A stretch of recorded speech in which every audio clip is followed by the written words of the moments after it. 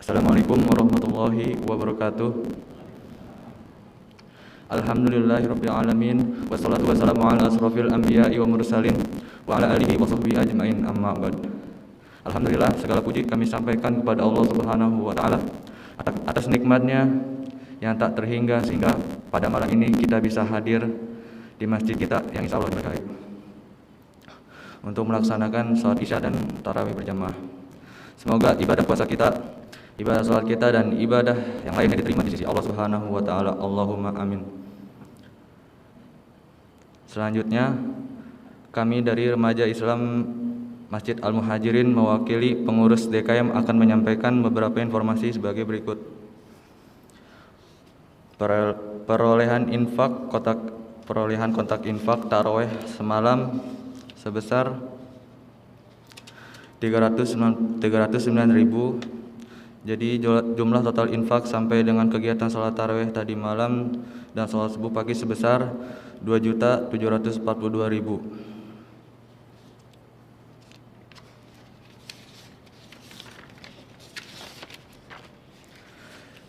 Kami informasikan bahwa yang menyampaikan kultum dan masjid imam salat tarawih pada malam ini adalah Ustadz Saiful Rohim MA. Dari kami cukup sekian, terima kasih atas segala perhatiannya. Wassalamualaikum warahmatullahi wabarakatuh. Kepada Ustadz Haji Saiful Rohim, silakan.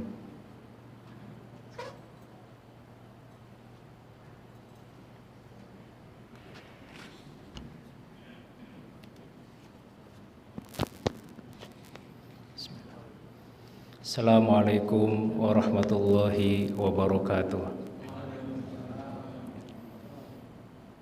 Alhamdulillahilladzi anzala alainal kitab wa lam yaj'al lahu iwaja.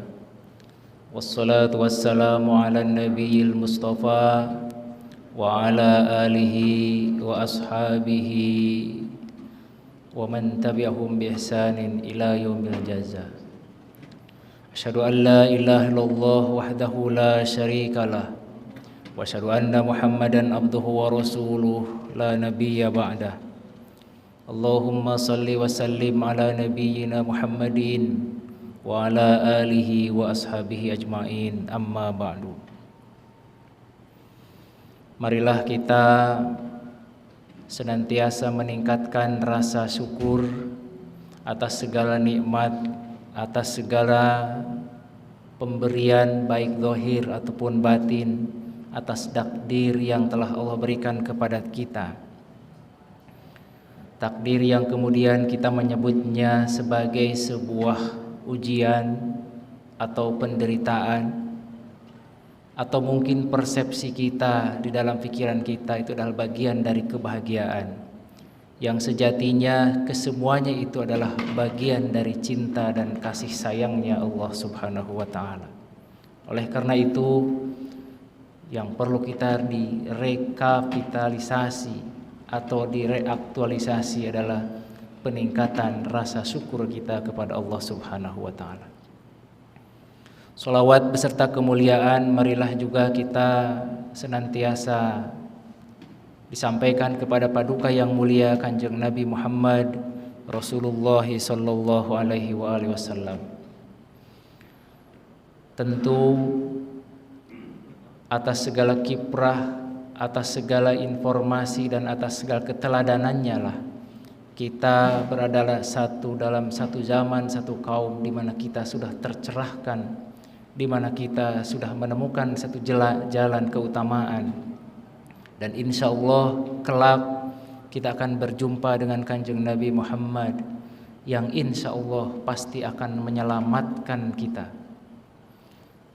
Yang beberapa hari ini viral di sosial media dalam sebuah forum Zoom dan dipublikasi dalam YouTube, dan itu sudah viral, yang kemudian seolah-olah mempertentangkan keberadaan dari satu keyakinan yang meyakini mereka atas juru selamat, lalu kemudian memprovokasi umat Islam seolah-olah Muhammad tidak akan berikan keselamatan. Sudah pasti dan sudah diinformasikan di dalam Al-Quran dan Sunnatul Rasul bahwa nanti kelak, dan bahkan jangankan sudah meninggal, jangan di akhirat kelak, masih dalam keadaan Rasulullah hidup saja, bahkan jelang kematiannya masih memakirkan umatnya, masih mentransaksikan dengan malaikat Ijrail, dengan Tuhan atas keselamatan umatnya. Sebetulnya sudah terbantahkan. Oleh karena itu, mari kita yakini dan mari kita tancapkan satu keyakinan kepada kita bahwa atas dinul Islam inilah kita akan selamat di dunia dan di akhirat. Hadirin, sidang sholat isya dan sholat tarawih insya Allah yang akan kita jalankan di malam yang ke-7 atau 8 ya.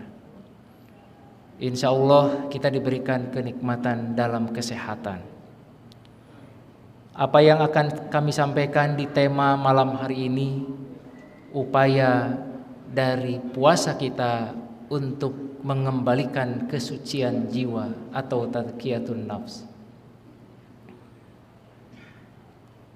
Sebagaimana kita mafhumi di dalam Al-Quran, ya ayyuhalladzina amanu kutiba alaikumusiyam kama kutiba alal ladzina min qablikum la'allakum tattaqun. Bahwa esensi kita menjalankan ibadah di bulan suci Ramadan itu adalah atas perintah keimanan. Kalau bukan karena keimanan dan atas dorongan iman, maka kemudian tidak mungkin ia akan melakukan satu perintah yang akan dianggap terlalu berat untuk dijalani. Maka manakala semua yang halal lalu kemudian diharamkan di siang hari, semua apa yang kemudian kita boleh lakukan tidak dilakukan oleh kita sepanjang belum sampai kepada kehalalannya ketika azan maghrib tiba. Itu akan dianggap berat, itu akan dianggap sesuatu yang membebani. Tapi karena iman, tentu hal itu akan menjadi ringan. Bilal saja ketika dihadapkan dalam satu pilihan, apakah ia akan melepaskan keimanannya atau ia akan memperoleh kedudukan keduniaannya, maka Bilal dengan penuh keyakinan atas nama iman tidak tergoda apapun yang kemudian diiming-iminginya atas kedudukan atau pembebasan dari seorang budak. Bilal menancapkan satu kebatinan yang kuat ketika melafazkan la ilaha illallah, maka sampai tetes darah penghabisan sekalipun tetap mengucapkan la ilaha illallah. Bukankah setiap kita melaksanakan sholat Jumat selalu diingatkan, jangan kalian mati terkecuali kalian mati dalam keimanan. Wala tamutunna illa wa antum muslimun. Sekaligus kalian berada dalam posisi dan kedudukan seorang yang muslim. Hati-hati di sosial media hari ini, banyak sekali provokasi, banyak sekali hal-hal yang seolah-olah pemikiran-pemikiran yang liberal disampaikan kepada masyarakat dalam publik tanpa ada reserve. Karena memang zaman ini zaman teknologi informasi, apapun bisa cepat dilakukan dengan mudah untuk selalu dipublish dalam ragam sosial media yang demikian banyak. Ada YouTube, ada aplikasi WA, ada Facebook, ada chat atau WeChat dan lain sebagainya, atau Google dan lain sebagainya. Maka kemudian ini tantangan kita akan semakin berat. Tentu anak-anak kita, anak-anak muda di masa yang akan datang memiliki tantangan yang jauh lebih berat. Dan tentu kita harus mewarisi satu tekad yang bulat dalam keimanan. Inilah yang kemudian harus kita maknai ketika menjalankan ibadah puasa. Bahwa kita dilatih untuk membangun sebuah wajah baru, kejiwaan baru, untuk mensucikan kembali hal-hal yang dapat mengotori jiwa kita, Sehingga pada akhirnya kita akan merayakan Idul Fitri. Kita kembali ke dalam fitrah kita. Kita kembali dalam keadaan kesucian kita. Dan pada akhirnya kita sejatinya sesungguhnya sedang latihan kembali kepada Allah. Kita akan dipanggil oleh Allah. Dan ibu bapak hadirin yang dimuliakan oleh Allah Subhanahu wa taala, di era pandemi ini kematian seolah-olah sesuatu yang lumrah terdengar berseliweran di sosial media, di WA kita. Hari ini teman sekantor kita, kemarin tetangga kita, minggu yang lalu saudara kita. Kematian seolah menjadi sesuatu yang luar biasa dan terjadi seperti biasa di era pandemi ini. Maka itu tandanya bahwa kita semuanya harus segera siuman bahwa kita sedang dalam latihan kembali kepada Allah. Bukankah kita juga sering diingatkan, ya ayyatuhan nafsul mutmainnah irji'i ila rabbiki radiyatan mardiyah. Wahai kembalilah jiwa-jiwa yang tenang. Kembali kemana? Dalam keridhaan Allah. Sehingga kita nanti di akhir bulan puasa dan kita merayakan Idul Fitri, benar-benar kita memperoleh satu kebahagiaan atas fitrah dan kesucian kita. Yang paling akhir yang ingin kami sampaikan, ada pesan Nabi Rasulullah Shallallahu Alaihi Wasallam dari Ibnu Mas'ud yang juga mengatakan, maukah aku tunjukkan orang-orang yang akan tidak tersentuh oleh api neraka? Ukhbirukum biman tuharrama alaihin nar. Qalu bala ya Rasulullah. Qala alayya kulla hayyin layyanin qaribin wasahlin. Kata Nabi, ada setidaknya 4 kelompok manusia yang tidak akan tersentuh oleh api neraka. Bulan puasa Ramadan ini adalah bulan puasa yang Allah janjikan dengan Rasulnya adalah bulan di mana terbebas dan terkuncinya siksa api neraka. Namun kemudian itu harus dimaknai bagi kelompok mana. Yang pertama adalah mereka yang selalu menjaga sebuah ritme kejiwaan yang tenang atau yang disebut dengan hayyin. Adalah orang-orang yang selalu memiliki ketenangan dan keteduhan baik lahir ataupun batin. Maknanya adalah kita harus kembali di dalam merawat jiwa dan kesucian hati kita. Bukankah sebuah kita sering diingatkan oleh Rasulullah, kita hanya akan mendapatkan haus dan dahaga saja dalam puasa kita, terkecuali mereka-mereka yang merawat jiwanya. Bukankah ahli sufi juga sering mengingatkan kepada kita, bahkan dia menisbatkan satu hukum batal puasa manakala dia di dalam dirinya terdapat satu noda sedikit saja, paling tidak menggunjing orang lain, maka batal bagi ahli sufi. Kelompok sufi menisbatkan batal puasa hanya karena punya pikiran jelek kepada orang lain. Kita pagi, siang, sore, malam, bahkan kita masih merasa diri hasad kepada orang lain. Bukankah puasa ini mengembalikan dalam satu wajah, dalam jiwa-jiwa yang kembali dalam kesucian, mengasah jiwa-jiwa yang suci. Yang kedua, orang-orang yang nanti akan terbebas oleh api neraka itu adalah orang-orang yang layyin, orang-orang yang senantiasa bertutur kata lembut, santun, dan bersikap tidak kasar. Wajahnya saja memberikan keceriaan. Orang lain ketika menatapnya juga dia senang. Kita baru saja punya harta sedikit, kita sudah tidak mau menengok tetangga kita. Padahal puasa ini melatih bagaimana merasakan pahit getirnya dahaga dan pahit getirnya haus di siang hari. Kita masih bersyukur berada di negeri yang kemudian tidak terlalu panjang jam untuk berpuasa. Kita juga masih bersyukur, kita masih diberikan satu kenikmatan. Panasnya juga tidak terlalu panas, bahkan akhir-akhir ini hujannya begitu lebat. Kenapa kok kita seolah-olah menjadi yang paling menderita, padahal banyak di belahan bumi sana ada orang yang terusir dari negerinya, tidak punya tempat tinggal, terkatung-katung. Bahkan dalam suasana Ramadan mereka masih menemukan satu kebahagiaan. Bukankah kita adalah orang-orang yang harusnya lebih banyak bersyukur karena kita diberikan sesuatu yang tidak jauh lebih getir daripada mereka-mereka yang di belahan bumi yang lain.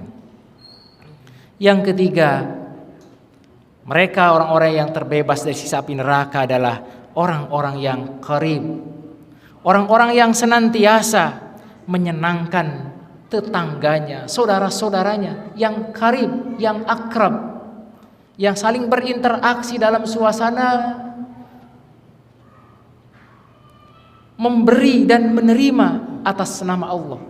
Bukankah juga Rasulullah mengingatkan kita, rajulani tahabba fillahi ijtama alaihi wa tafarraqu alaihi, yang nanti akan dilindungi ketika saat kiamah datang adalah salah satunya yang selalu membangun rasa cinta dengan saudara-saudaranya. Bertemu karena Allah, berpisah pun karena Allah. Faktanya kita ini terkadang mau bertemu, mau berjumpa karena ada sesuatu yang kita harapkan. Diharapkan karena jabatannya, diharapkan karena materinya, diharapkan karena hal-hal yang duniawi. Padahal pertemuan di mata Allah adalah mereka yang membangun rasa cinta kepada Allah. Cinta kepada sesama sejatinya sedang menumbuh kembangkan dalam kecintaan kepada Allah Subhanahu wa taala.